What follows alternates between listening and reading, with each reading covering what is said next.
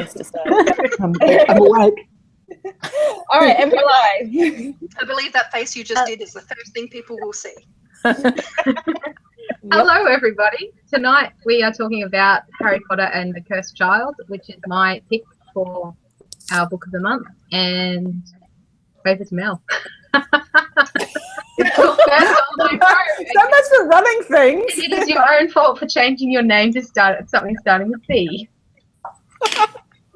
No, let's just be honest. It's revenge. Everybody feels the need to take revenge for the one time I asked them to go first. No, it's not. I'm just going in order. Karina is next, and then Tim. I'm just going to go by the order the pictures are in on my screen, and I have to be last because I'm last on my screen. Yeah, we're in order. We are in order. Like usually it moves around, but actually it does move around whoever's talking though. Like you're always at the end. Yeah, okay. With the biggest screen. Like I'm always at the end of mine, and you'll always be at the end of yours. Yeah, I just thought because my name's Sarah S, that was why I was at the end. But because I thought, well, Liv is the quirky library, and so she's actually after you.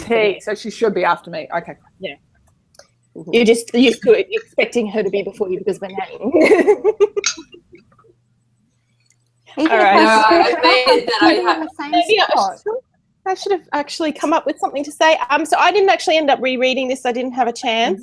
Yes, not alone. We're not alone. So there's going to be some. I'm going to get a little confused, especially when we get into the time travel scenes, no doubt. But generally speaking, I was pretty happy with it. I did feel like it felt more like a. I don't know whether to blame the fact that it took so long for a new one to come out or something along those lines, but it did feel more like reading a fan fiction than it did reading a next installment in the story. But I think there's a couple of reasons that could possibly be true. But yeah, that's what it sort of felt like to me. Regardless, though, I still enjoyed it and had a good time. I have complaints, but I'm sure we'll get to those. It was fun to read, but I would rank it with fan fiction. Karina. Yeah, I didn't reread it either. I haven't read it since it came out. And I did a quick scan of the Wikipedia entry just to remember the plot because I suck at remembering things that I haven't read more than once. And yeah, it was fun. I enjoyed it. I feel like a lot of the criticism that it received was unfounded. Yeah, it was fun. It was enjoyable. There were some good jokes. The plot was fine. I have no general real criticism of it. And whether it feels like fan fiction or not, I'm neither here nor there because I don't read a lot of fan fiction anyway. Okay, Kim. Oh, me. So I just finished it today. I hadn't actually read it before, and I didn't do the series reread that everyone did. So it was nice to dive back into the world after being away for so long. So I probably enjoyed it a lot more. I think I enjoyed it more that I've had the break than I might have otherwise, just because it was nice to get into that old familiar story that I'd been away from for so long, or the old familiar characters. It took me a little while to get into the play format because I'm really not used to reading plays, but after maybe 50 pages or so, I really got into it and really enjoyed it. And it was a quick read, whereas not having all those bits and pieces that a novel would actually have being a play thing. And I actually really enjoyed it. I haven't really enjoyed reading plays ever because all I did was Shakespeare for English. So yeah. Sorry, I have to go and say goodnight to Xander, but you're welcome to keep going without me. I'll be back. I'll be back in a sec. Throw down the line. Yeah. It'll be Naomi next. Naomi, from what I can see. I'm a bit about it. I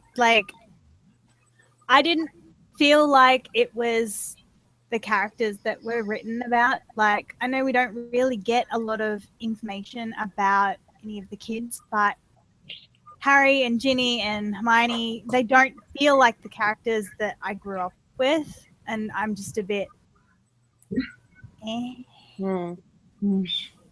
like, it wasn't a bad story, but I've read better fan fiction. and that's what this is. It's fan fiction, and it's just I don't love it. Mm.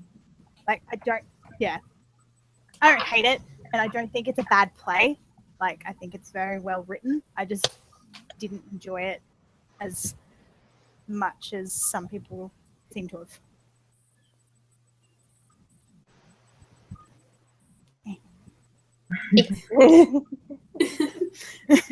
What did you think, Sarah? I'm actually kind of with Naomi, maybe a little bit gentler with it, but yeah, I finished it today. I think the other thing I've got a caveat, and this could be a good thing to talk about, is that I saw Fantastic Beasts and Where to Find Them and fucking loved it. And when I read this, it just, the caliber wasn't there compared to that.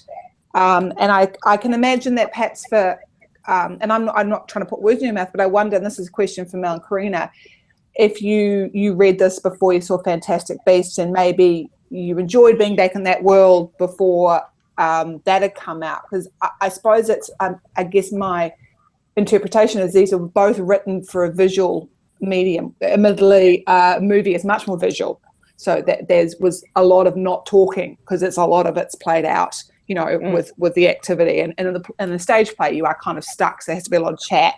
But I have to say, I kind of felt like it was okay, but I kind of, and maybe this is where others are there with the fan fiction thing, because someone else wrote it, the dialogue didn't feel true to the world, to the characters. And that was kind of my big problem with it. And I really liked the boys, and I actually just would have really loved a story that was much more around them and not pulling in the old characters that we know and love, because we kind of know them, right?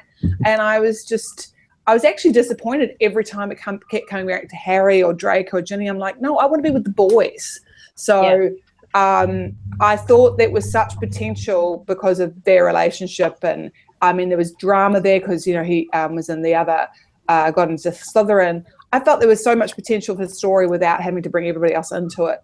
And I suppose the other thing is that my memory of the whole Triwizarding Cup tournament and effing around with time, you know, like this group has done its share of time traveling movies and paradoxes, you know, we know that stuff. So when I see things like this come up, I'm kind of like, you know, we're so well trained to see holes and everything. So I was like, really, we're doing this again? Like, really? So there was that. So it was okay. I think I'm probably going to reserve my final judgment until I actually see it on stage, because it might translate brilliantly. There was some really good stage directions, and I would love to see some of the magic come to life. So yeah, Liv is next, I think. Yep. Yes. Yeah. I'm last. That's the benefit of running. Sorry. So I read it around the same time as Karina and Mel, but I'm on the same line as you, Sarah and Naomi. It didn't feel like it was true to the characters that I read in the original series. And I also found the plot was somewhat ridiculous. Like, I read, like, a little bit too ridiculous. I felt like it could have really focused on the, I forgot their names now, but it's been Albus so and long. Scorpio. Albus and Scorpio.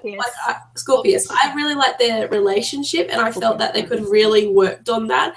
But they just went the whole ridiculous of the Voldemort's daughter and time travel and things like that, and I felt that was it. And also, again, when we're looking at characters like Harry and Ron and Hermione and things like that, they didn't feel true. I particularly did not like Ron's portrayal in the book. I think it felt very comically. Felt very comical that it didn't feel right. I don't know. To me, it felt like movie Ron instead of book Ron. Yeah, it didn't feel right to me. So those are my thoughts, my very tired thoughts. Slumber.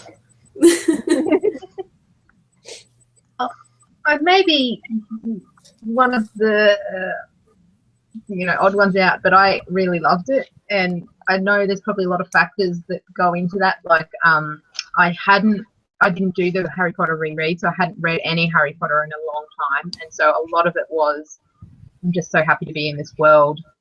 I don't really read fan fiction because I just don't have time. And maybe if I'd read a lot of better fan fiction than this, I would have sort of scratched that itch a little bit and not, you know what I mean? I had something else to compare it to that I wouldn't have liked this as much.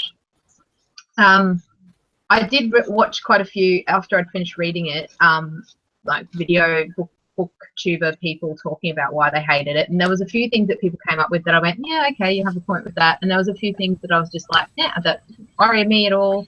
A lot of the people were talking about they don't like time travel as a plot device. There's something wrong with me because I absolutely love time travel in pretty much anything, and even when it's done badly, I really like it. I don't know what it is about time travel. I just really like time travel. So I loved seeing that. I loved seeing all the little alternatives in, even though it probably, you know, like the people who have said that, you know, this one little thing changing wouldn't have made that change happen. Okay, I get that, but I still thought it was really interesting to read and I liked it. And yeah, I just loved being back in the world. And I do think we were kind of getting a snippet of those characters and kind of like forgive it if them not. I mean, it's been a long time and people change, so I've kind of allowed for that. And also you're kind of seeing only little bits of those characters. You're not seeing, the book wasn't based on our trio anymore.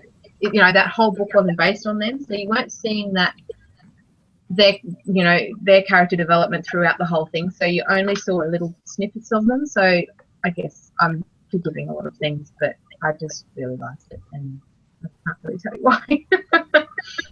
You enjoyed it, and there's nothing wrong with it. Sorry, Mel. No, you're right. I think that's probably why I was forgiving of Harry, Ron, Hermione, and Ginny not being quite what they were in the original series, because it's been 20 years and it's not really about them to begin with. Like, if I was exactly the same as I was when I was 17, when I was 37, I'd be a little bit disappointed with myself, if I'm completely honest. Yeah.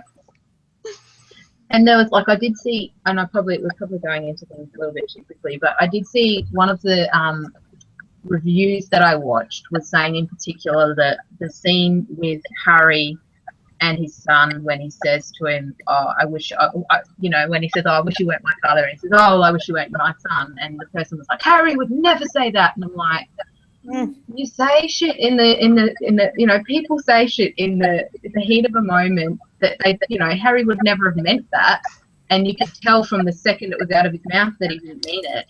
But, you know, I actually really felt for Harry so much in this book, and I really enjoyed that part of the story and his relationship with his son. And yeah, we'll get into that. What is that? Well, Jules is trying to send a video chat, so if that's Messenger, that's not right. Sorry, I'm trying to figure out how to. I can't add her in here, can I? Who's that? Julia. Can't you click the link in Facebook? She's trying to just send me a message in Messenger, Facebook Messenger. Okay, well, I can send her the link in Facebook Messenger. Have you've got her on Facebook? I believe so, yes. So just give me a second. Yep, Billy Becker.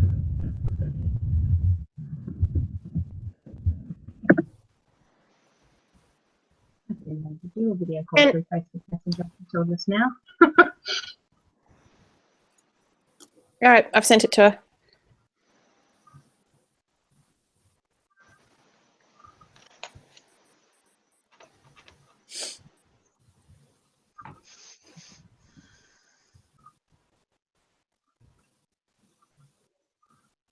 So it's funny that the two people who haven't read the Harry Potter books for ages really enjoyed it. maybe that got we reread the series last year. I didn't get around to reading any of them. Yeah. I was saying really enjoying it. More along the lines of, it was a fun read. It wasn't like, oh my God, this was awesome, I'm so happy to be back. It was more like, I can accept this as the version of events. But I haven't read the Harry Potter books since they came out.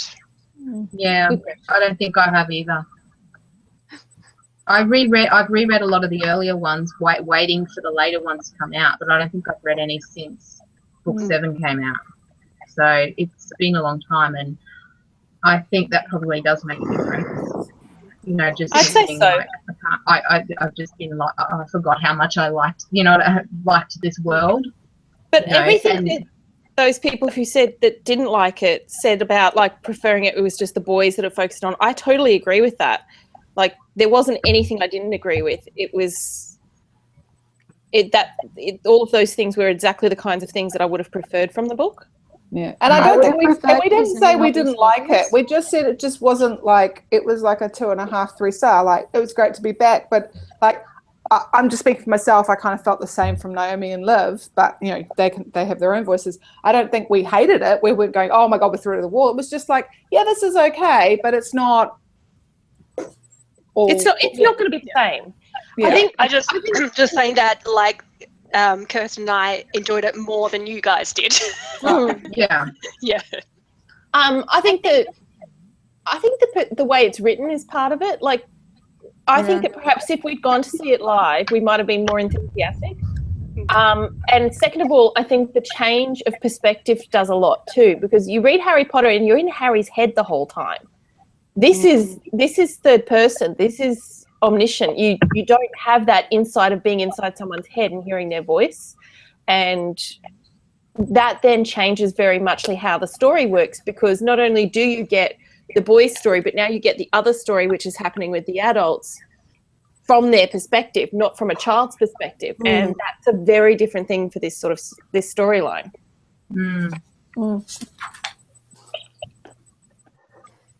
And the other bit being, having read Casual Vacancy, Joe has like a very particular way of writing. Like Casual Vacancy has absolutely nothing to do with the Harry Potter world, but I loved reading it just because it felt like she wrote it. Right. Yeah. And I guess that's what I was meaning before when Fantastic Beasts, she wrote the screenplay, and it is so, and she was so heavily involved in all the films, and it just, for me, I was in that world for the 2 hours I was in it, and I came out of it just going, I felt like maybe that's what other people felt like about Cursed Child, having seen that stage play. They felt that, it's so good to be back in this world. And for me, that the world of Fantastic Beasts had done that for me back in December. Whereas reading this now, because I wasn't going to read this. My intention was I was going to hold off for the play, but then I was like, well, I'd like to be part of this discussion. I know we're going to talk about other things, so I'll read it. But my intention was always, once it comes to the stage, I will see it then, because I think that. I'm not sure who said it. Was it you, Kimberly, Kim, that you said that sometimes it is hard to really give the words of a play justice, because actors bring it to life and the scenery and that type of stuff, and it can be, a bit drier, Yeah, I don't know where it's going. Sorry, my mind just went blah. You definitely need to have your imagination hat on while you're reading a play, because those little snippets of stage direction are all that you have. But I did feel like I knew Hogwarts and the the Forbidden Forest. I felt like I knew those areas so well, and Godric's Hollow. So I was back in those locations from my own memory. So that was quite good. Like I kind of went, I know where I am. Like I thought that was kind of cool. I think for me the thing is that the reason Fantastic Beasts sings is not even necessarily the fact that we've seen the live version, but it's because it takes you in the same world. It gives you the same magical feeling, but it doesn't give you the conflicting emotions of looking at characters in different ways than you're used to seeing them. You get entirely new characters with the same magic and a world that you understand to a certain degree. So you get to enjoy it without those conflicting emotions. And I think that's what Fantastic Beasts does so well. I also thought, just so I can speak this before, because I may not last, the other thing I loved about Fantastic Beasts, and anyone who saw my Snapchat review on it will I know Mel did, and I think Kirsten did, and Matt did.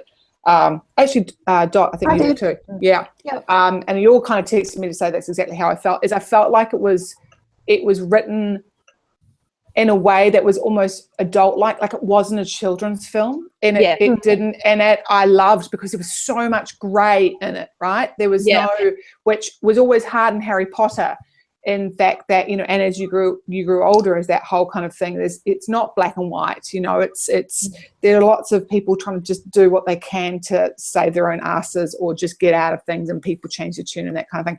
And I love that in Fantastic Beasts because it was just this what's right, what's wrong, where people go from wanting to do good to becoming maniacal about it, you know. And it was I really enjoyed it because it felt like it was something that the fans would get, but also someone new. I did intend to watch it last night, but then we found out you couldn't rent it yet, you had to buy it, and I wasn't quite prepared to do that. So but yeah, I know Kevin's going to love it. Like, he's dipped in and out of the world, and I think he'll thoroughly enjoy it. So I just want to put that out there, just in case I don't make it the 2 hours that we normally go for. What did not to take over, but I'd like to know what everyone thought of Delphi or Delphina. Did everyone see it coming? Were people surprised? How she was portrayed? I don't think. Yeah, I knew. Yeah, exactly. I knew something was up. Yeah. Like, I didn't think that she was Voldemort's daughter from the very beginning, but I was like, that this, like, 1 + 1 is not equaling 2 right now. Yeah. Yeah. So, like, she just didn't seem to gel. I don't know. There was definitely something there, but I think they downplayed the whole Voldemort's child thing well enough that you didn't think about it too hard. But I feel like that's the part of the story that was the most interesting. Like, the whole going back and forth with the time turner was just, like Liv was saying, it's just such a crazy, wild, fanficky type story. It just felt a bit like, it felt too much for the world that I know that, like, the world that they're in. Yeah. It's funny that you say that, because if I have one, I have two, but if I have to have one beef with it, it's that she's Voldemort and Bellatrix's child. Like, why did it have to be Bellatrix? That's just such like a fanfic thing to do, to take those two characters and have them have a love child. And it also really annoyed me because for Delphi to be their child, she would have been conceived. Well, Bellatrix would have been pregnant at the time that Dumbledore fell from the clock tower. Yeah. And Bellatrix is there in the movie and she's not in the book, and it annoys the shit out of me that they did that, and it sort of makes the movies not canon by that happening. I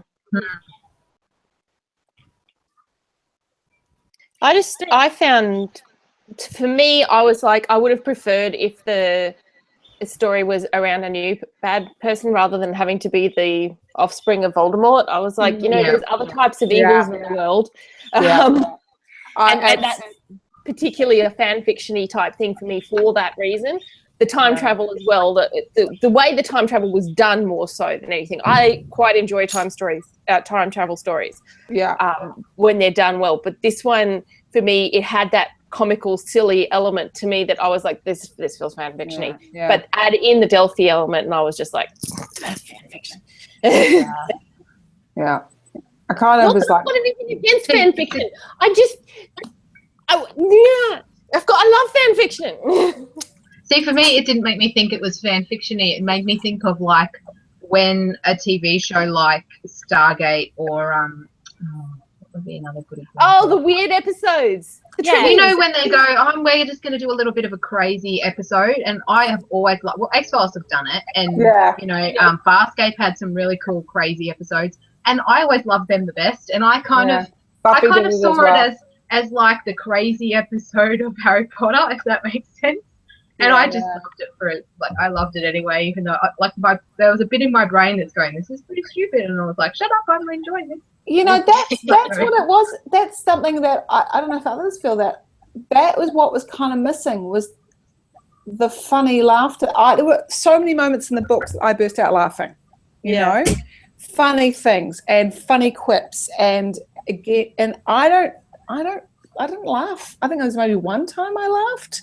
I can't think of any moments. Maybe others can, but that for me was missing, because that was always part of what I loved, especially between the trio, was how they kind of, you know, give each other a little bit of a nudge, wink, wink. So I got that a little bit with Scorpius and Albus, but I wanted, you know, a bit more, because I thought their friendship was really great, and I would have been happy just to see that friendship moved along without, like you said, it didn't have to be Voldemort again, like you said. Like, there's plenty of evil in the world, and you know, the fact that his mother died, there's a whole lot there. Like, it was so much good stuff to explore.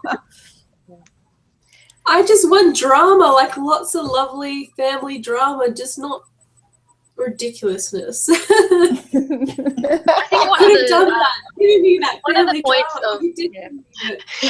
one of the points of the kids not being a focal point is that it's a play, I think, and imagine an entire play mostly based around kids, how much of a nightmare that would be.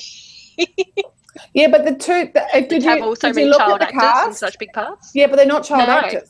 Look at who plays them. They're like 18, 19, 20, playing younger. Yeah, it's not, yeah, because I think they're supposed to be like 15, 16, maybe, possibly, fourth year. 15. Yeah. Anyway, they look like they might be 18 playing younger. Probably, I'm pretty sure there's rules too about child actors on stage and how many productions they can do in a row. Like, because quite often when they have shows like, say, Mary Poppins, there's a big listing in the back of all the kids that were actors. Yeah, they have different kids in each showing to give them time, because they have to be only allowed to do a certain number per week. That's why Les Mis is one of the big ones that they have to because Les Mis has got kids, and that's one, and there's like, it's a starring piece, and that's, I know from people who've done it, they've got the role, but they can only do it for a certain amount of time.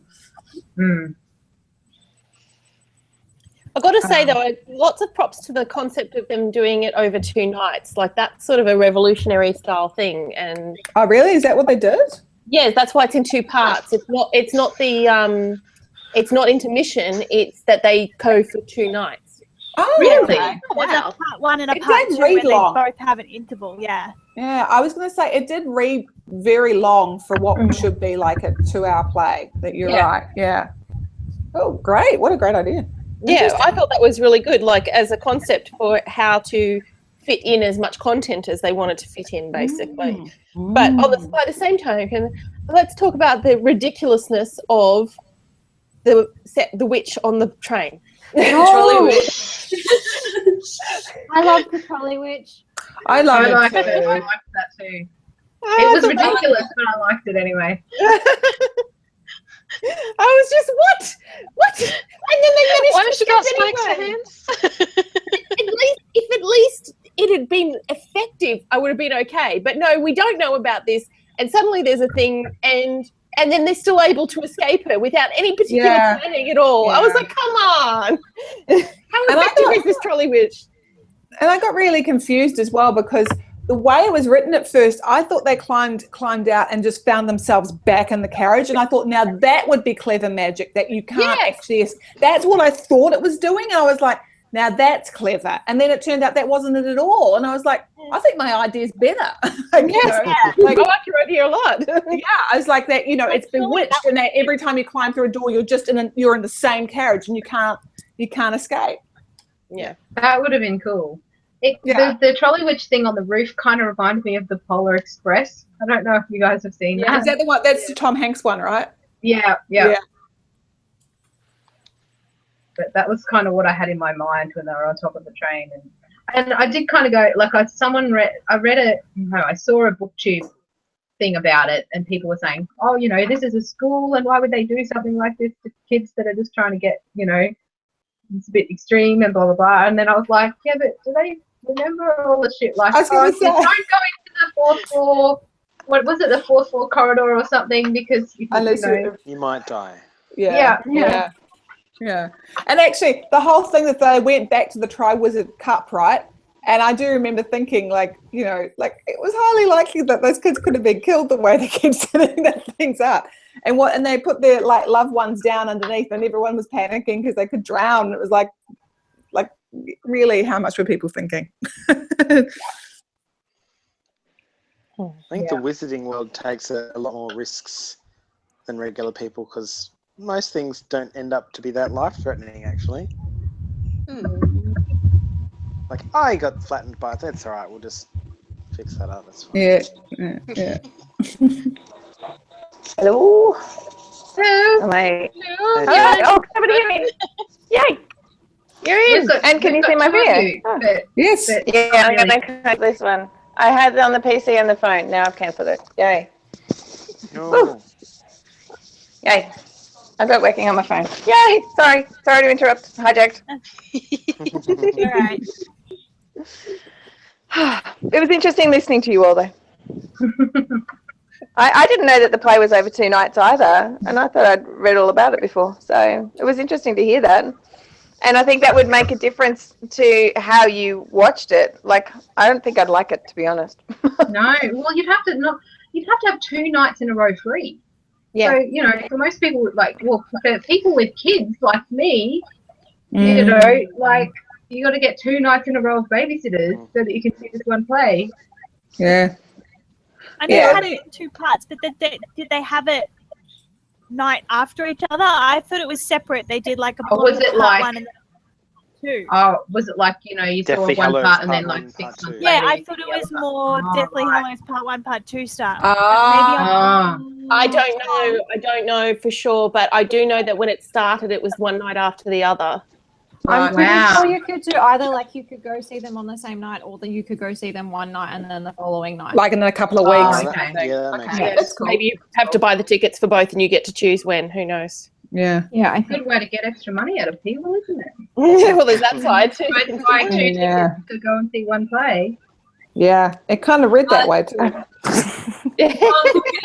Still do next year. I should have asked. I've got a couple of friends who actually went to see it in London when they were there. I should have asked them. I didn't even think to ask them.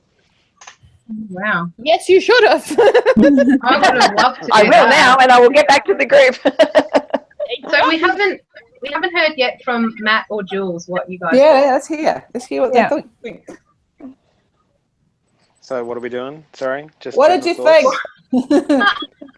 What do you think Are of you it, Matt? playing a game while you're doing this? What did you think? Yes, because all I I'm can really see is a tired. controller. I'm really tired. He is Oh, tired. really Poor tired. darling. He's been busy all day with his family and me. That's true. Thanks for looking after Claire too, Jules. Thank you. It was fun. Thank you. Anytime. So I don't know, not having listened to everyone else's thoughts yet, whether my opinion is unpopular or popular, but I actually really enjoyed reading this.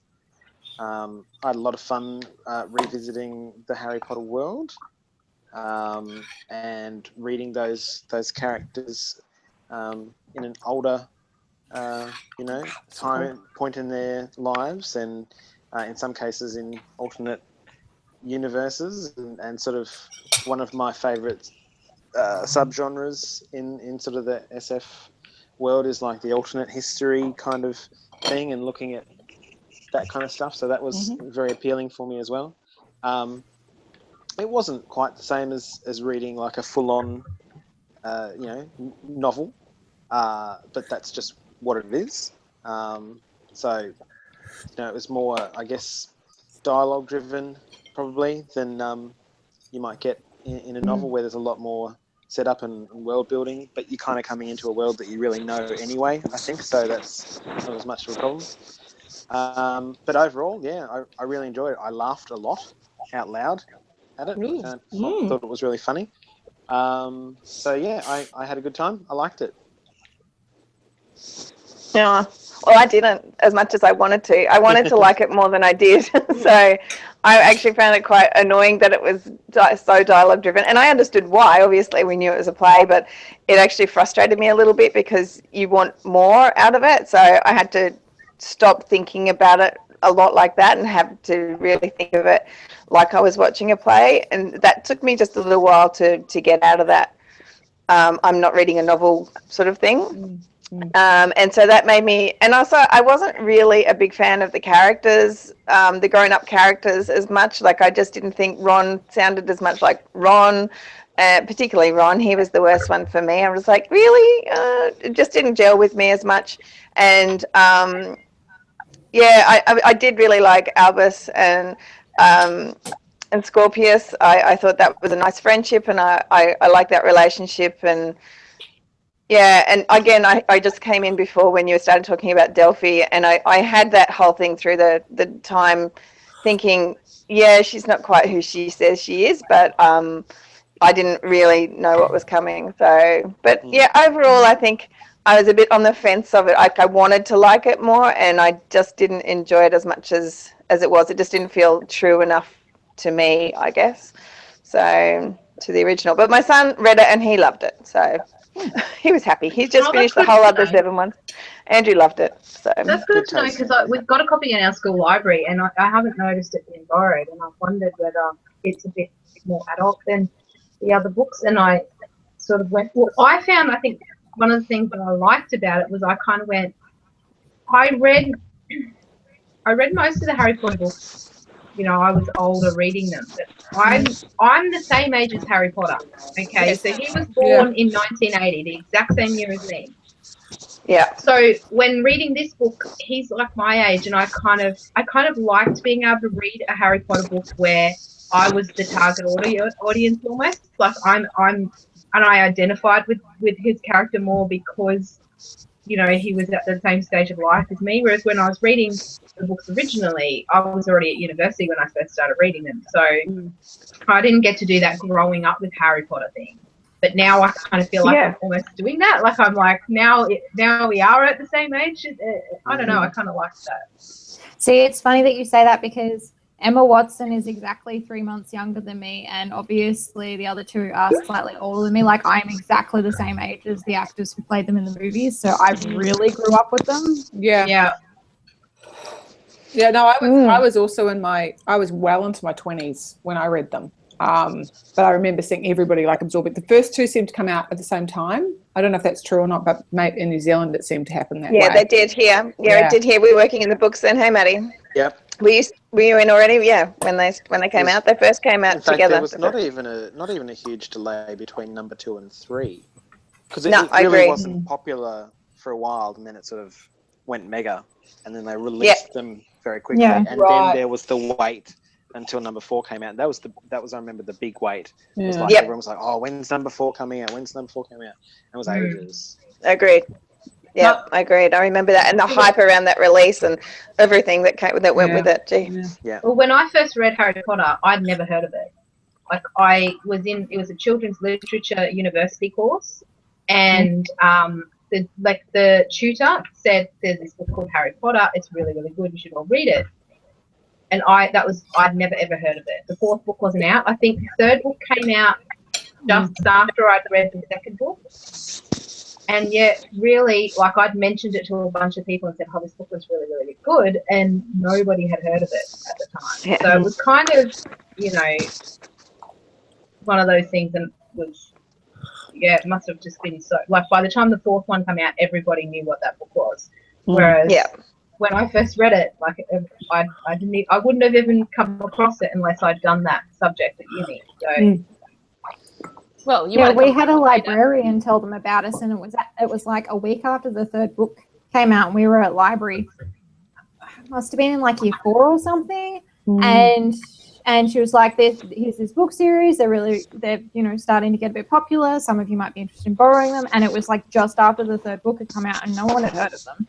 I wonder if it was the 3rd book that did it, because that was Azkaban, and that is such a good one. Down the best. It's still my favorite. Such a good book. One of my favorites. That's my favorite. It's probably my favorite, along with Goblet. And I agree. I remember, because I read the first 2, and they definitely read as children's books. And actually, when we redid the read, they definitely read that way.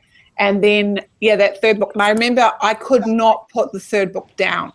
I could not put it down. And I was completely, because that was it. So I wonder if that was because that also is when they went from being children to being teenagers. It was that linchpin. It was a transition. And the story got a lot darker. Yeah, and you could feel the scope of the story building by then. Yes, because it started to expand. Yeah. And I think that maybe that's why people got, I don't know, that's my guess, is because that must have been the one that people went, holy crap, this is going somewhere. I need to tell everybody. Yeah. I find it interesting though when people sort of go, this is my favorite. I find it really hard to pick a favorite now. I'm like, but it's the series as a whole that I love. It's I don't Having I just finished them. easily. I have no What did you say? no trouble at all picking a favorite. Matt, did you say number today. 5? I said it's definitely not number 5. I was Okay. gonna say, That's not. Oh, God, we all hate number 5. I hate number 5. I have a definite favourite and a definite least favourite, and that's Yeah, I think we all hate number 5. It just winters. I agree with you in terms of saying, yes, I don't have ones that I don't enjoy as much. Number 5 and even the first, at least the second one, I don't enjoy as much. But I can't, after that, pick a favourite because it's all about getting the whole story. Yeah. See, Having just finished reading it too. One book that I tried to do the reread with you guys was number 5, and I have to say I just didn't have time. But I found the beginning scene that really annoyed. Harry whinging about everything. That actually annoyed me a lot less this time. Like the first time, I just couldn't stand it, and I just couldn't wait to get past that part. And this time, I read it, and I'm like, he's a kid. I'd probably complain that much Well, too he's if I was also him. just watched someone die. Like I listened to a really good episode of And like I Amazing thought, I and think they I talk about understood the reaction more, or his point of view more now than I did when I first read it. Yeah, and I think when you first, like I was in my mid-20s when I read it. I remember I picked it up at Lidl, for God's sake, like in a supermarket. I was like, oh, it's here. Oh, God, great. And I actually got it. And then I read it. And I do remember thinking, oh, my God, just being like, because I don't know. My thought process for number 5 was always that she, like, basically at that point, nobody wanted to edit J.K. Rowling. And she needed and some editing. everything stayed. And book desperately needed copy editing. And nobody felt they could do it. Like, oh, we can't touch her. She's like, it's like she said no.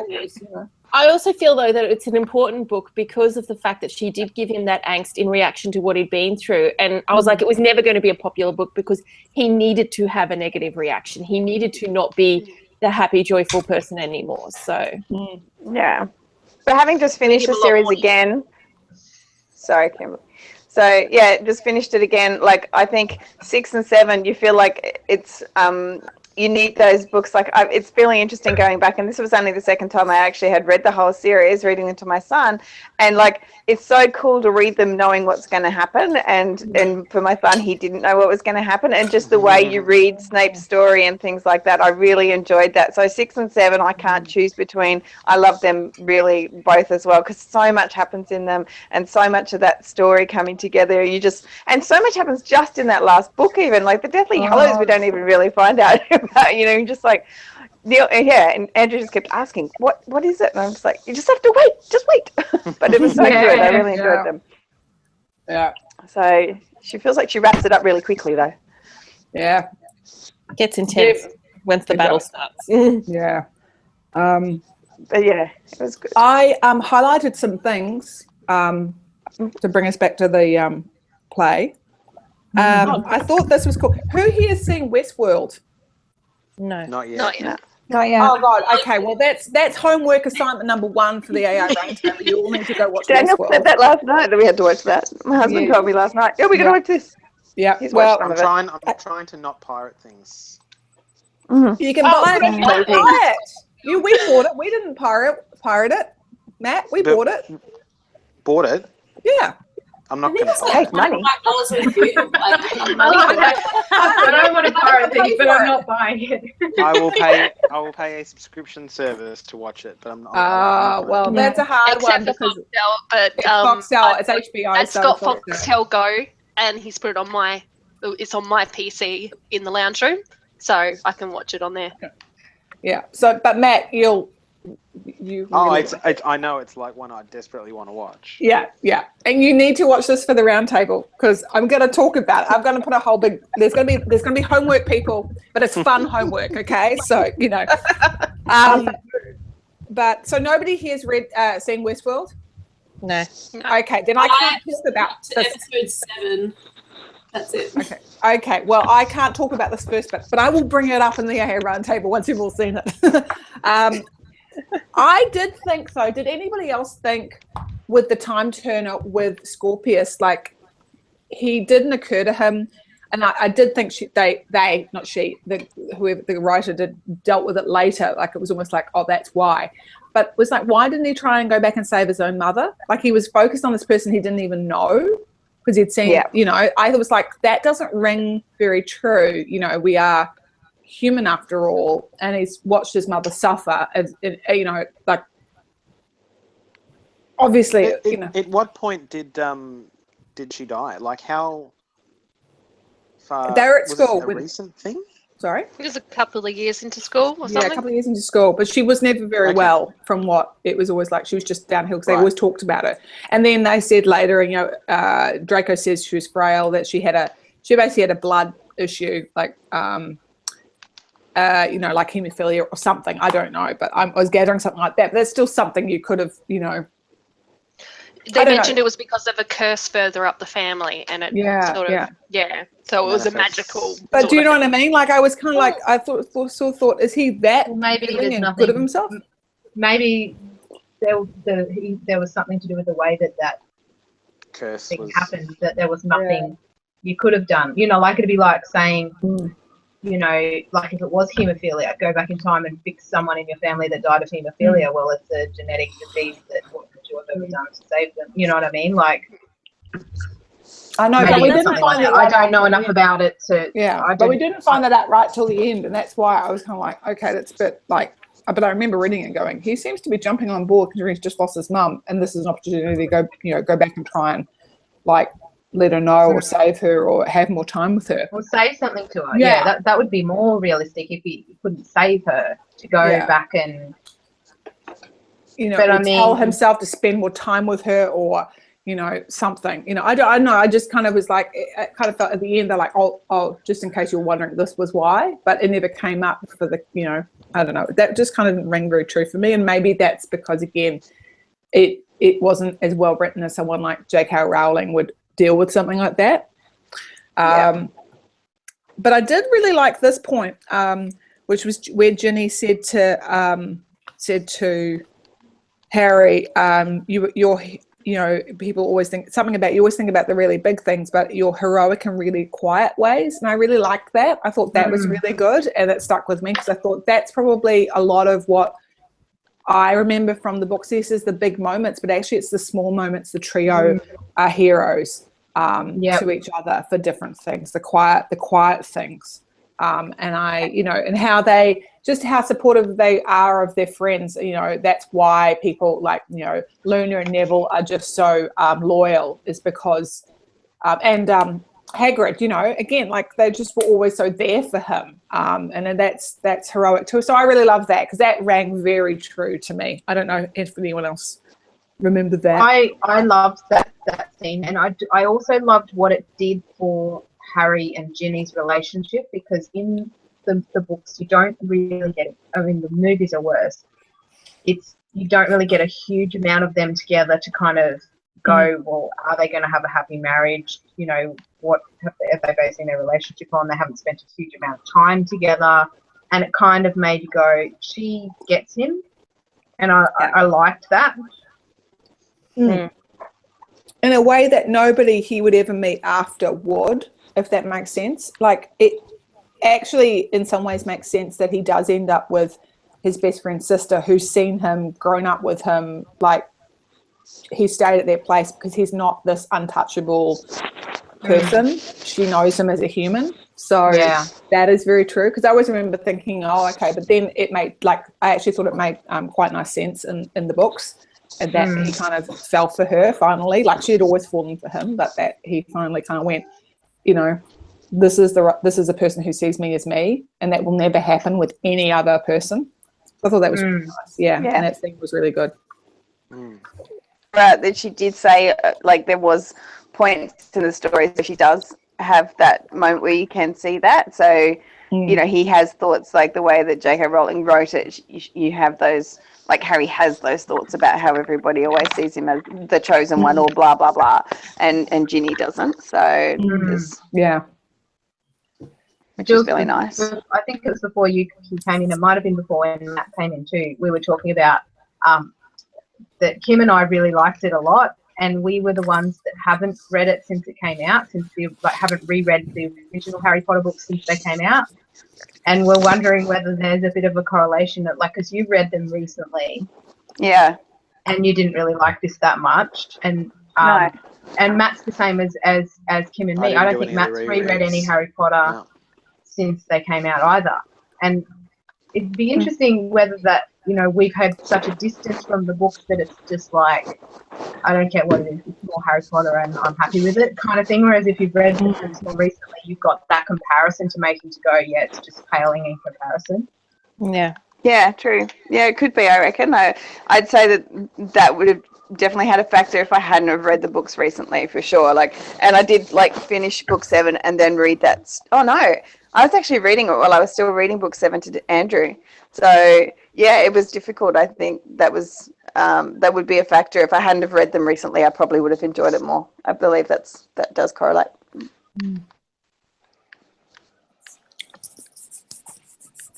Who else hadn't read them? Maddie. Me.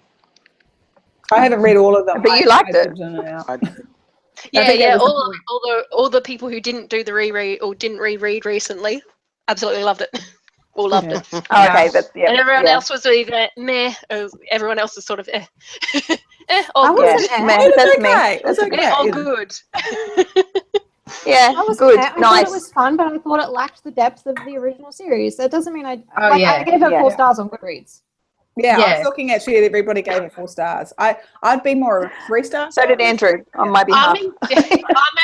I gave it 4 stars when I read it way back then. I'm actually more inclined to put it back now, but I haven't, because I'm sort of trying to remind myself that part of my problem is I've been reading a lot of fanfics lately, and I think it's changing my opinion. Right. So I'm sort of like, don't change it just because you've been reading fan fiction and now you don't like it as much because there's a whole heap of fan fiction you read which you like more. There you go. Yeah, I just don't like fan fiction. I don't have anything against fan fiction, and I've read a few things in fan fiction, but I'm like, I have so many books on my to be read list that I just yeah. But I think fan fiction is it's fantastic because it does assist people with their writing and how to be creative and to think through things. Like that's what I remember. John Green was talking on Dear Hank and John. His publisher said, we've found this. It was fan fiction. He said, and they were like, well, what do you want to do? And he's like, nothing. This is awesome. You know, he was actually thrilled. And his publisher at the time just didn't get it. Like they didn't understand. He's like, no, this is because he was saying like, this is what I did. He said, this is what I did. This is how I practice my craft when I was a kid. It was other worlds and other characters, and I took them and tried to create new stories for them. So I thought it was really cool. And really, unless someone's selling it and trying to make money off of it, which what's got no way of doing anyway, because 50 Shades of Grey and what was the other one? There's something else. It's a fan fiction report. Isn't there one of the? I'm of the opinion that's what this was. I swear to God, someone wrote the frickin' story and took it to J.K. Rowling, and she said, we could tweak that. That was mostly why I felt it wasn't so, like, why I didn't love it as much as some people did, because I was reading it and I'm like, the characters are like good and they're well developed, but they're not the characters I expect out of a J.K. Rowling Harry Potter book. Like, agree. There's nothing wrong with the story. There's nothing wrong with the characters. I mean, I don't really love the whole like crazy time turner bullshit, but it's not a bad story. Like, it's just not what I expect from the Harry Potter characters that I've come to know and love. If I had read this from a fan fiction site, I would have been perfectly happy. I would have been like, someone had to go and messed around in the universe, and that was cool. Yeah. See, this would have been a 4-star fan fiction for me. As canon, it's like, And I think to the point that I think Karina was saying before, yes, I completely agree that the characters need to grow and evolve and change. But then I think Naomi kind of hits it, and I want to build on that to say, from a J.K. Rowling, the caliber of the characters just wasn't there. That was where it was lacking for me. It wasn't that. I absolutely they need to grow and evolve, but they just didn't quite hit the caliber of each of them. And I never expected Harry Potter to be 17-year-old Harry Potter. Yeah. But I also didn't expect him to be the kind of parent that completely ignores one of his children after he's grown up as an ignored child. That was the one thing where I was like, I just don't understand. As much as he may not. I think it's interesting. I didn't read it that way. I read it as he was desperately reaching out to this child and just not finding the connection because they were just on different wavelengths. And it almost broke I'm pretty sure I cried reading this book because I was like, part of me was like, oh God, what would I do in that situation? If when my kids get older, if I'm trying so hard, and he was trying so hard, but they were such different people and they just weren't connecting. And I just felt so sorry for Harry because I felt like it was breaking his heart because all he's ever wanted was this family that would love him and this child, and not from any fault of his. It wasn't his child's fault. It wasn't his fault. It was just that they just weren't connecting. And I found that actually really heartbreaking. And I really felt sorry for Harry in that. And I was, I totally did too, but it just didn't. I think about the end of the 7th book, which they replay out, right? Yeah. It just doesn't ring true with how it all, they were so close. It was obvious that Albus, so looked up to his father and thought the world of him. Yes, he's only, 10, I think, at the time. But I just don't see the relationship that, of course, J.K. Rowling has. She's so good at bringing very small threads to really develop something holistically. I just don't see that going completely off the rails the way it did because he got it because it broke my heart too, but I was just like, how did this go downhill so damn quickly? Because, I keep thinking about the end of the 7th book. Yes, me too. In the book and even in the movies, I know it's the way it's acted, but talk to one another isn't child and an adult will talk to one another if they don't have a strong relationship. And that's what I think that's me down for Cursed Child. That the epilogue, even though I'm a very strong supporter of I don't think we should have had one. It should have stopped at the end of that last chapter. And if she wanted to continue on with the story, then she can do that at a later date. But I epilogue because I feel like it was her way of just wrapping everything up without giving us, which is fine. I love the epilogue. Yeah, I did really too. liked it. I really liked knowing what was happening and the relationship. But I feel like between the epilogue. Albus, the relationship that Albus and Harry seem to have, in that epilogue, seems stronger than the relationship he has with James. Yeah, James is a very strong, a very strong, free-spirited child, which is fine. But he's not he's not. It doesn't seem have a relationship with his father where he cares about what his father is saying and his father cares about what he's saying, and that just didn't reflect to the characters that they were portraying in this story. Yeah, agree. Yeah. And I also didn't like the fact that the whole story sort of questioned the fact of whether or not Ron and Hermione should be together, and the way it really went about all of that. I was just like, this is ugly and I want to slap someone. That was probably the only thing I didn't like, was that whole, if this one event didn't happen, they would never have got together. And then that was probably one of those criticisms that I went, yep, okay, I totally agree with that. And I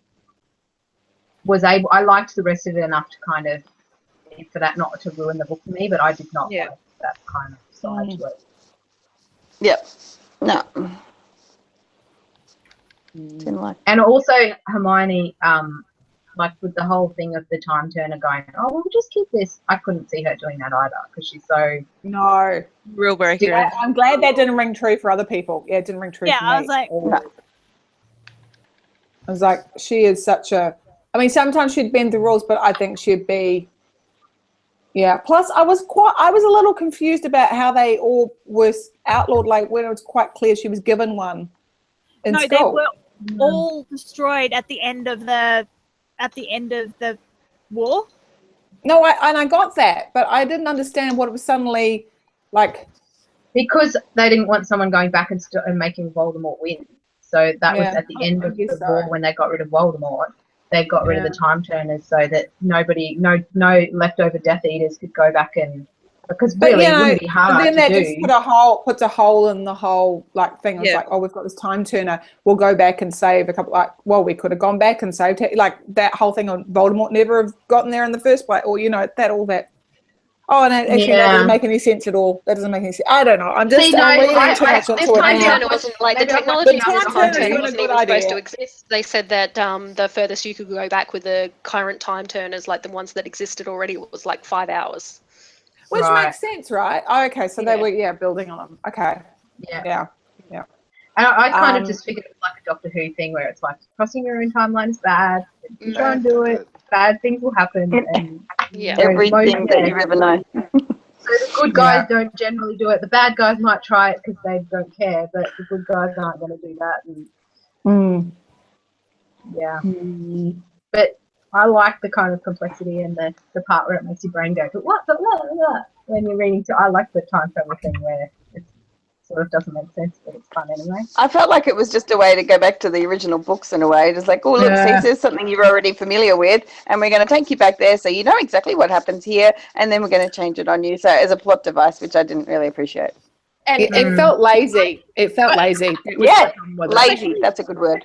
Especially considering in the end, like I'm all good with timelines being messed with and stuff, but in the end, all they really did was just restore the timeline to what it was. So there was no story. There was no Back to the Future stuff, right? Like, yeah, that's it. Yes, exactly so. Something needs to have changed. Basically, the story in the end is Harry and Albus learn to talk to each other. That's exactly right, and that's what I liked about it. I couldn't give a shit about all that other stuff. I'm actually with you on that, Kirsten. I actually enjoyed that storyline. I liked the idea of Harry's having problems with talking to his kid and all of that. My problem with it is that it completely conflicts with what we already know of the situation, and again, that's why it comes back to being fanfic, because fanfic, what it generally does is it takes a small concept of some tiny little thing and tweaks it, and then says, well, what would happen if this happened, sort of thing. That's fanfic. That's what this is. An episode of Friends when they all go, oh, what happens if Monica was still fat? And what happens if Chandler quit his job? Yes. And See, and I loved that too. See, I love those episodes as well. But this has turned into 2-night extravaganza. Yeah.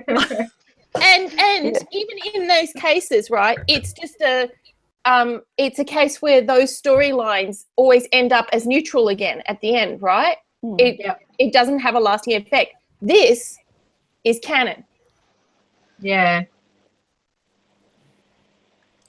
Yes. Yeah. That's what irks me. Like I said, if this was a fanfic, it would be a 4-star fanfic for me. But because it's now been made canon, it's part of the canon storyline, it irks me. Yeah. That never's worried me that much, like whether it's canon or not canon, kind of.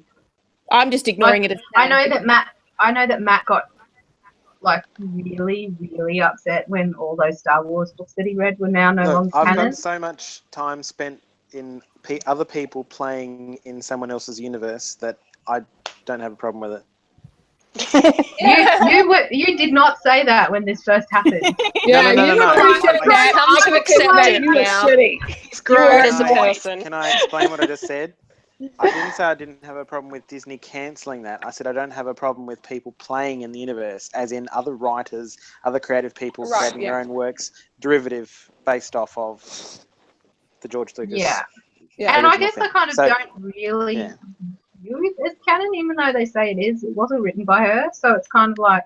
Yeah. But then I suppose I She don't has really have a story problem credit. with seeing Fantastic Beasts She's as given it her canon. blessing. It's Was canon. that written by her?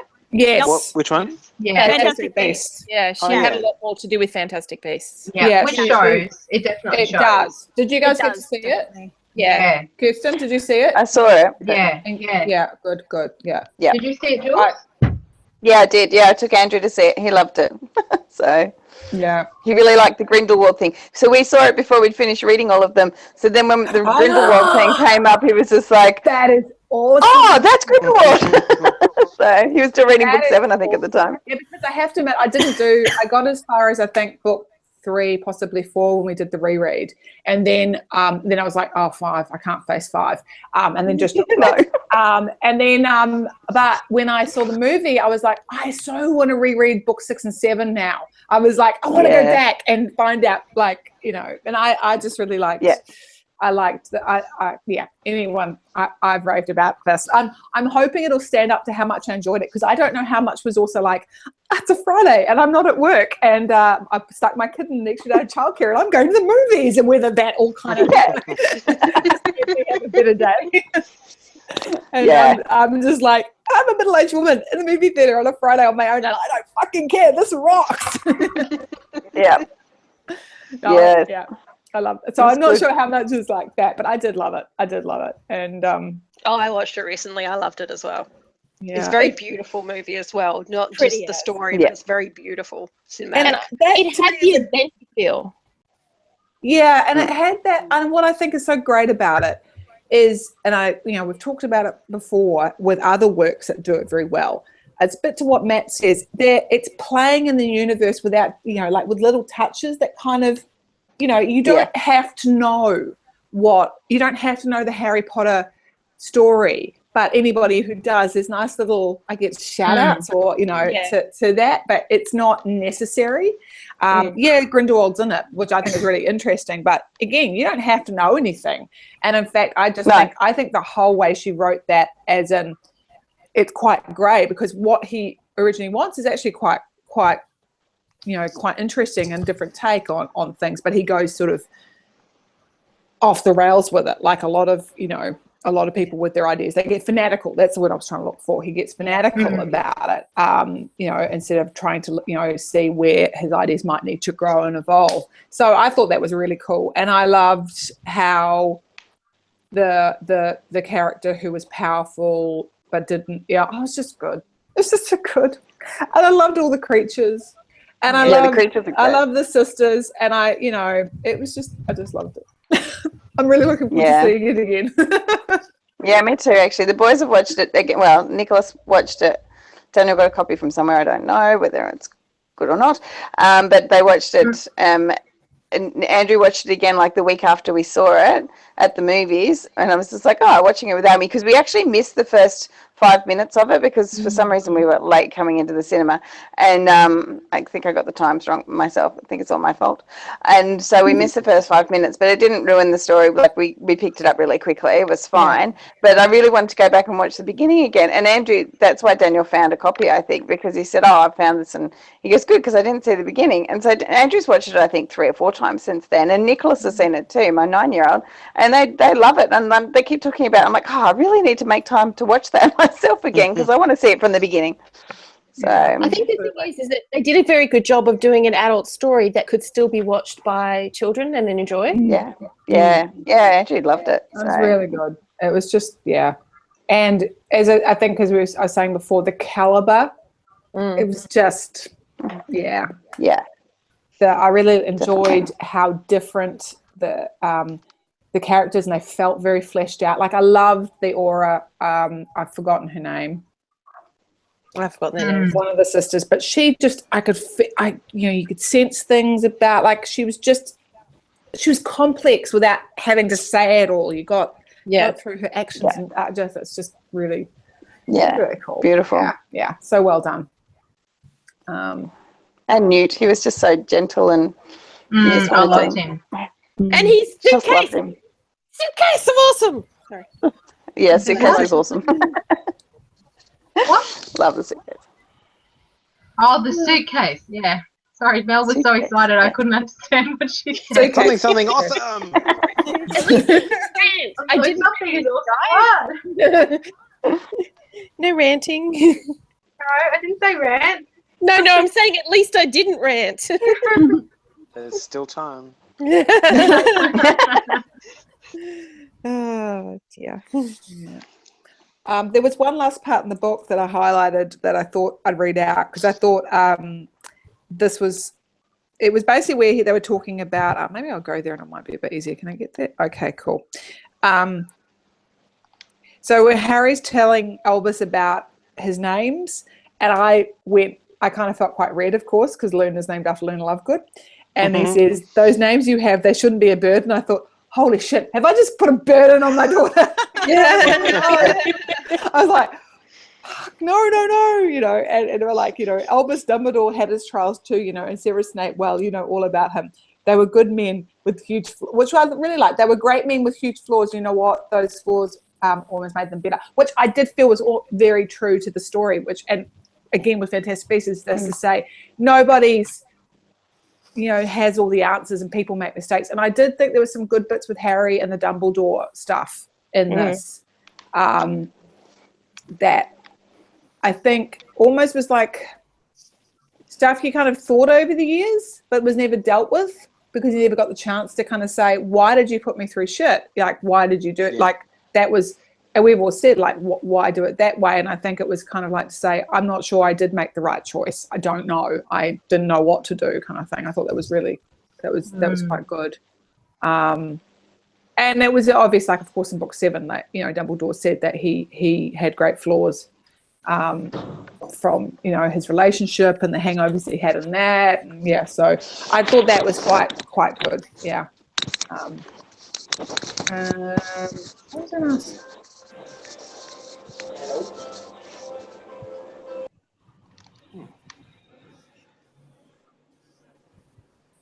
Did that go quiet? Yeah. Oh, what was that about? I don't know.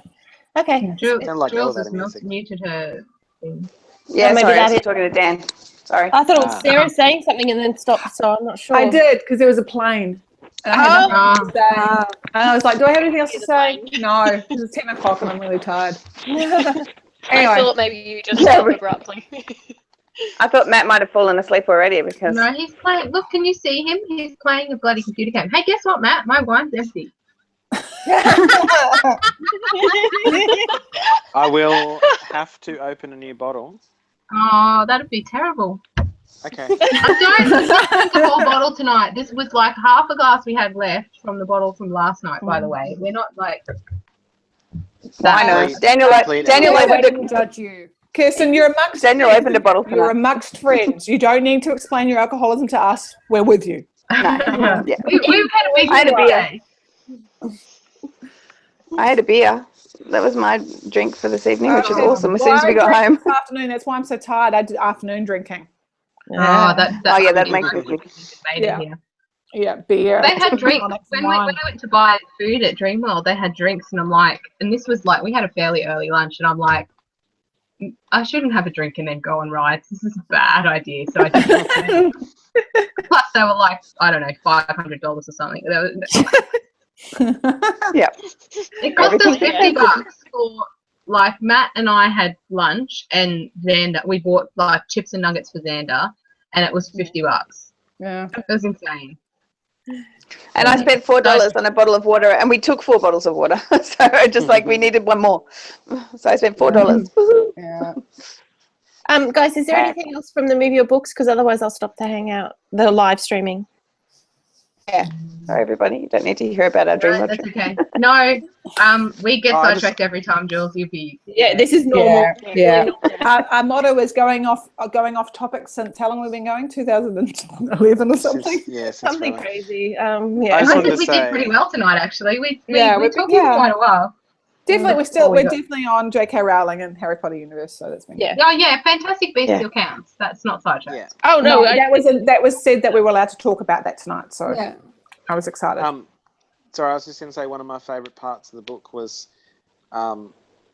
when Ron sat down and he goes, oof. Or he stands up and goes, oof. I'm like, man, I'm totally identifying with him right now. I do that. Yeah, I make noises. I'm middle-aged. Yeah, Damn I hear Nice. that. I hear that. Oh, it was quite funny.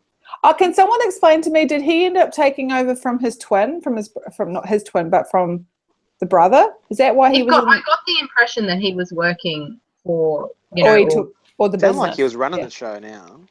Yeah, I couldn't quite work it out because I was like, I know that was the brothers, and then the twins, and then one of them obviously.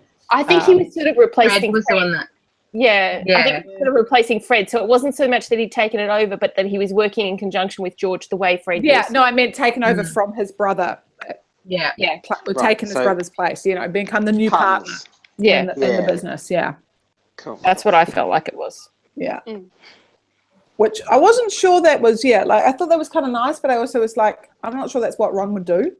Yeah, I don't know whether that's really him either. Yeah, because the brothers, it made complete sense because that was their passion. I could see, and I could see them, George continuing that. But what could you see Ron doing as a career, though? I can't really picture it. Maybe they've gone. I just didn't feel like Ron was Ron through that whole book. Yeah, so maybe they've gone for the whole. You weren't the here Rupert before, Grint Jules. school. When Mel said it, but I think that was the perfect thing. Is it was movie Ron and not book Ron? Oh yeah, okay.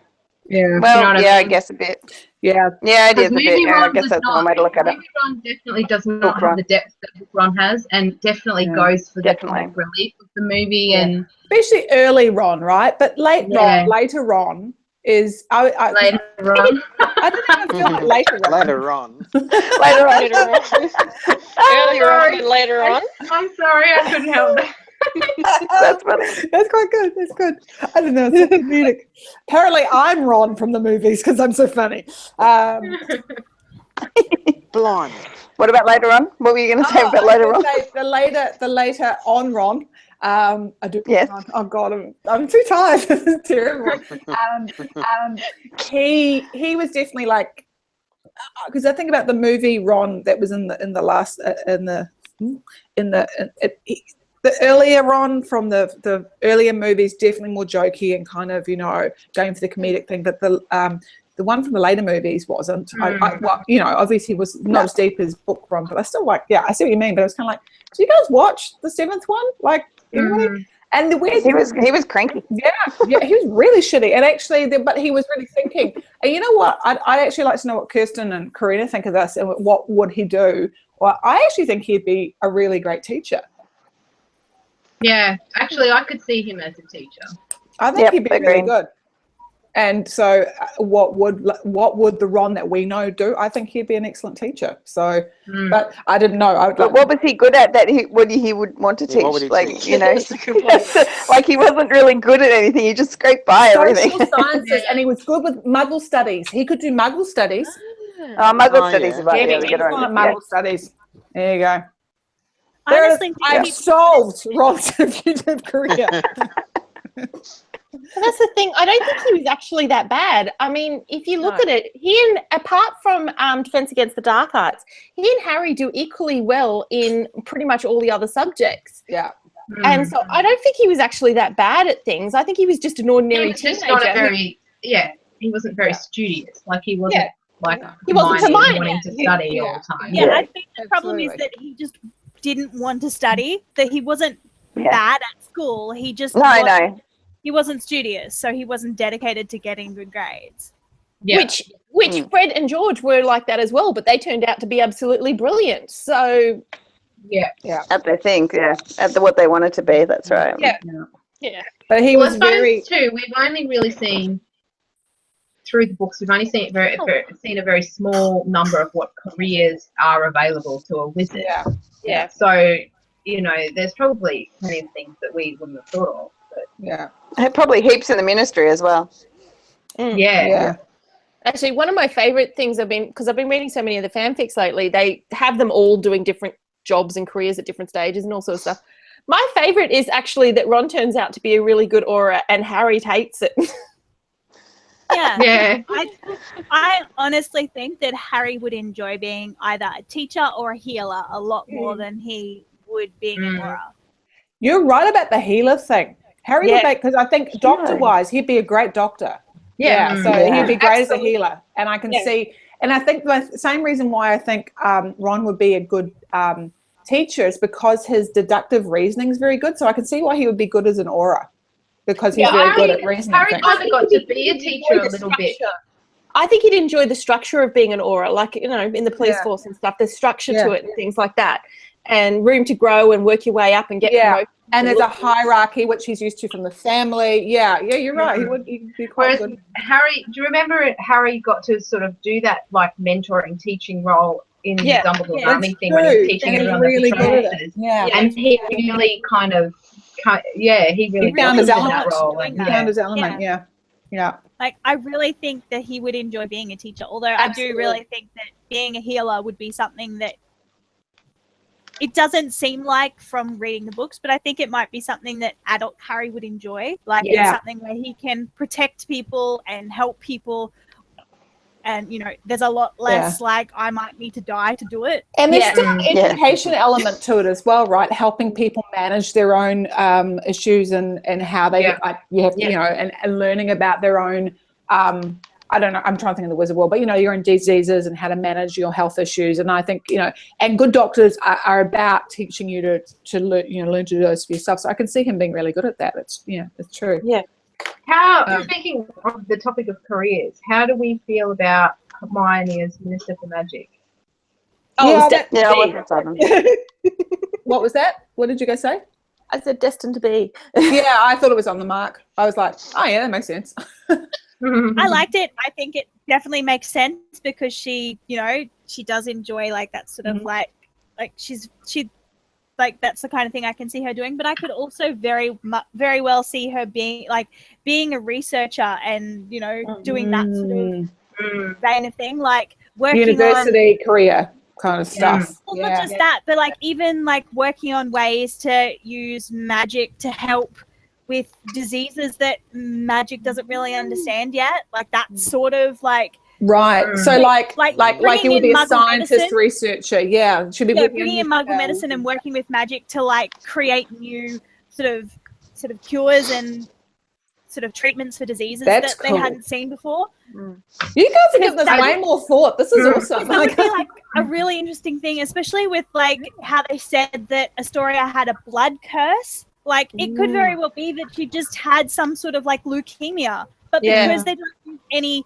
Muggle medicine, they don't know. And it's not kind of a thing that it's not kind of a thing that magic can just fix. It's really cool. Like if they had a way to do like to merge Muggle medicine and magic to like get a treatment plan for people who got diseases like that, because you can imagine that wizards and witches would be just as likely to get things like leukemia and just cancer in general and those sorts of like diseases that even Muggle medicine haven't quite solved yet, but at least they've got a treatment plan in which people can survive it. Like, you know, it's not always 100%, but there is a way. Yeah, that sounds that totally sounds like up her alley actually.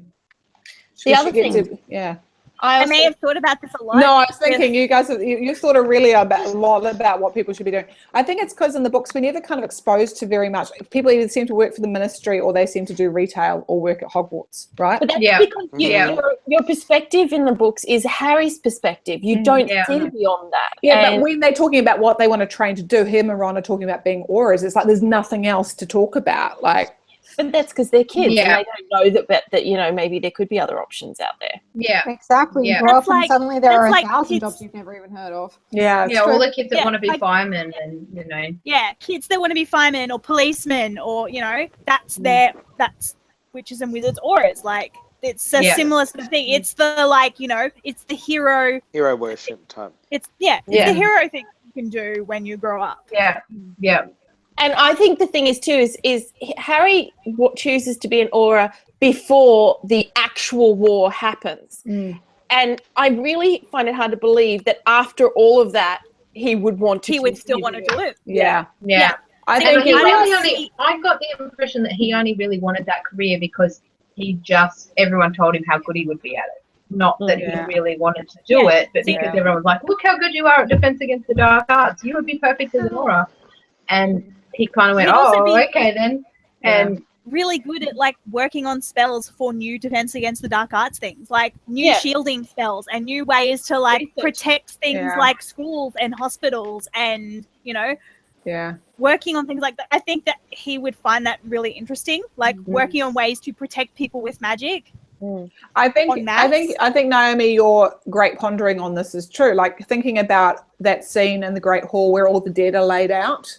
I think he would, thinking about him and his mindset when he was there looking at people who had died, I think you're right that he would have come out of that and say, I want to help people. I want to heal people. Like, I think you're right. I think that that would have been a turning moment in another person's, in a muggle's life who would have gone, I'm going to med school. I can't feel this helpless again. I need to be able to, I think. And I think nice one. I think the J.K. Rowling, are you watching this? You need to change the canon. I think the other thing they destroyed the time turners. He's done great training. Choosing to do the training that he has in terms of going towards the aura would be the correct training to go to be a healer as well. So I don't see why it's not a possibility. Yeah. Yeah, I mean, he'd probably need a bit more focus in like herbology and things like that. But potions. I think, herbology and potions, he would need a bit more of that. But even though he wouldn't need so much potions to know how to make them. He would just need to know how different potions affect the body. Because, I mean, it's not like every healer makes their own potions that works at, like, St. Mungo's. Yeah, it's like every doctor doesn't make their own medications. They just need to know how they work and what they do to the body. And you've got to have a good network of people you can talk to, and he would have that. So, like, he had Neville, who's a herbologist, who would be working with things, and he could, talk to him. If Hermione did go off and do the scientific study thing, talk to her. Like a doctor's nurses today, always keeping up with their reading, always seeing what's what, second opinions, all of that. It'd be no different. And no different than in an ordinary hospital. There'd be specialisation areas, so he might get a specialisation area where he specifically deals with even the dark arts, but it's the after effects. Yeah. Yeah. Like, imagine how amazing it would be. What happened? Was it the Crucio curse that did Neville's parents in? Yeah. I mean, how amazing if you could work on ways to help mitigate those symptoms. I wonder if that's partly why. I don't know. I have no idea what was in J.K. Rowling's head, but I wonder if that's partly why Neville was drawn to herbology. Was a way of being able to craft, work with plants to craft potions and help people further. Totally. I think it would just as easy be. Feel like with the Cruciatus curse, it's more that it's broken the pathways in the brain, and that's why they've not able to function anymore. Like, it's not so much that they can't function at all, but the pathways in the brain to make you a complete functioning adult, some of them have been broken. Fractured that's by interesting. the extreme I pain kind for of long viewed it periods.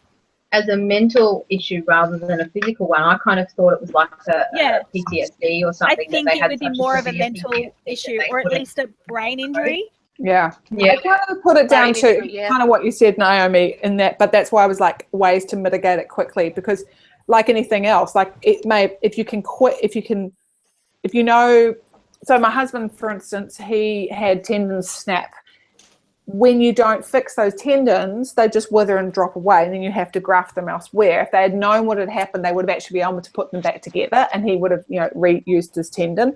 And I'm kind of saying it's sort of similar in the brain with the synapses. If you know what exactly is gone, or it's been snapped, there's still remnants. You might be able to fix some of them to then help them to self-heal. So that's kind of where my mind was going. I mean, especially with magic, if you're using like a combination of potions and spells and stuff that could help repair those sorts of things, which would be a lot easier than doing like an actual sort of surgery. Like when they have to do spinal surgery and brain surgery to like repair things that have either broken or been injured, using magic for those sorts of things would be a lot gentler to the body. I have it's still on Harry Potter. Have you guys read How Wizards Do Money? No, but I saw a video on YouTube that was basically like saying the money that Harry had in his vault wasn't as much as you might think, but they worked out how much stuff cost in wizard money and how that would equate to. Yeah, I think it's the same thing, and they've taken the look it up. It's really they're quite good. Some of them are bang on, some of them I'm like about, but there's a couple of really good ones that I'd be really interested to know what you guys think. Well, I like the idea because if you think about it, Harry, coming from the background he has, seeing that vault it would look like he's super rich to him. But I don't understand why they would have left so much money, because there's no impression that James and Lily had like some lucrative business or something along those lines to give them that. No. And well, I think the thing that I saw said it was like it would be enough to put down a deposit on a house, but it wouldn't be enough for him to just go and buy a house. It wasn't like as much an amount of money as what we kind of think that he never has to worry about money. He's been left all this money from his parents, but they worked out. It was something like they'd worked out the conversion rate between muggle money and wizard money, and gone, well, like a nut is really worth this much, and a sickle is really worth this much, and it's like, that isn't actually that much money. And I can't remember, it was like the firebolt or something. They were like, that's like buying a car, like. Yeah. Mm-hmm. That's the first one. I think that was. I don't know which one. Actually, maybe that's. Yeah, this one is actually about. This is actually about James, which I thought was quite interesting. There was. I can find the thing that I saw. Yeah, I've just put it in the links. But there was a couple of good ones. The one about Neville and his wife was fantastic, and there was one about Ron, which I think I really wanted you guys to read because it involves time turners. I can. But yeah, if you just Google it, you'll find lots of different ones. Like they've done Minerva McGonagall, Hermione Granger, Ruby's Hagrid. There's heaps of them. There's not very good links within it, but it's quite good. Speaking earlier of your fanfic stuff, I've never read any fanfic of anything because I don't read a lot of this genre anyway, but I'm sure there's fanfic for everything. But if my son Andrew wanted to read anything, could you guys put a link up maybe on the group for anything you think that he might enjoy reading if he wants to read more Harry Potter stuff? It's not, because a lot of fanfiction you wouldn't want him to read. No. I'm like, do I know a fanfiction that would be child appropriate? Okay, give me good to know. Wasn't there like a whole fan fiction website for Harry Potter that was 18 plus? I remember. I know nothing about this. That's 18 plus Harry Potter fanfic. Wasn't there a fan fiction that was kind of actually semi-published, or like at least e-published, that was about James? It's on Goodreads. I'm sure I saw something on Goodreads about James Potter. And well, the problem is on there Goodreads, was one by J.K. Rowling, which is an 800-word story about James and Sirius. This was written by somebody else. Okay. There's a lot of them. There's a lot of really long ones out there, and they do get put on Goodreads sometimes. So this was like an actual, like a book almost. Yeah. These I was going to say, Julia, the How Wizards Do Money is basically a type of fanfic, and these are all safe for him to read. Some of them are sad though, like because they're kind of telling the truth about relationships which might not have worked out in the long run. But they're all pretty good. They're a fanfic, but they're nice short pieces. So if that's the kind of thing where someone else has kind of done a take and he's interested, then you could like maybe look at some longer pieces. He's got totally obsessed because we're going to America in June, July, and we're going to Universal Studios. We're literally stopping in LA for 2 days just so we can go to Universal and go to the Harry Potter Wizarding World. And he is like going out of his skin to get there. So put your orders in if you want me to get anything. Just come home. When are you going? When are you going? Don't get. Oh, we're going at the end of June, 29th of July. God, I am so jealous. June. Yeah, end of June. We arrive in LA on a Thursday. We arrive in LA Thursday. We go spend all day Universal on Friday, and then we go to Las Vegas on the Saturday for the barbershop singing competition. We were there for a week. Oh man, Yeah. I'm so jealous right now. I can't even talk. Like, It's all only just come together recently, like in the last few weeks, so that the whole Universal thing, and we're going over. My friend that we're also, they're also sort of going over, so we'll be there with them. I have to do a costume for Book Week, which is in August, and I want to be Hermione. So I don't know tell me whether what you want. Go on the whatever there's there. I can find you something. Work out easier to just buy most things on eBay, though, like cheaper. Possibly. Yeah. Especially maybe a wand would be good. And a big fluffy fat cat. I have Hermione's wand. If you want to borrow it, Kirsten. Oh, that'd be cool. I bought Hermione's wand when I was at Wizarding World of Harry Potter. So if you would like to borrow it, you can borrow it. But be very careful with it. Yeah, I'm like, I wonder how much they are. I wouldn't it's pretty sturdy, like, unless you're like particularly trying to break it, I don't think you're going to break it. Yeah. The ones range in price, don't they? Do you remember, Naomi? It's like $50-ish. I was told 50 US-ish. Is that about right? Naomi? We looked at it when we went to a Harry Potter thing that was in Sydney, Matt. The Powerhouse. In Sydney, right? Yeah. And it was like a an exhibition, and they had all props from the movie, and you could buy wands and things, and they're probably about that price. So it's probably the same stuff, really. And at the time, I was like, "No, that's a lot of money for a wand," and I didn't buy one. And now I'm thinking, especially because we didn't have kids then, we had way more money then. Yeah. So Hermione Granger, cool. Can you see it? And then it's in a little box. So this is a replica of her wand from the movie. Yeah. So, and like it's fairly sturdy. Like you'd have to really be putting force into it to break it. So yeah, don't stress. It's more like I think my boys are trying to decide which one they want. I'm just going to stop the broadcast now, guys, just because it's been going. We are still talking Harry Potter, but it is definitely not on task anymore. We're not really tuned up. All right, so anybody who's watching, bye. Bye. Bye. Bye.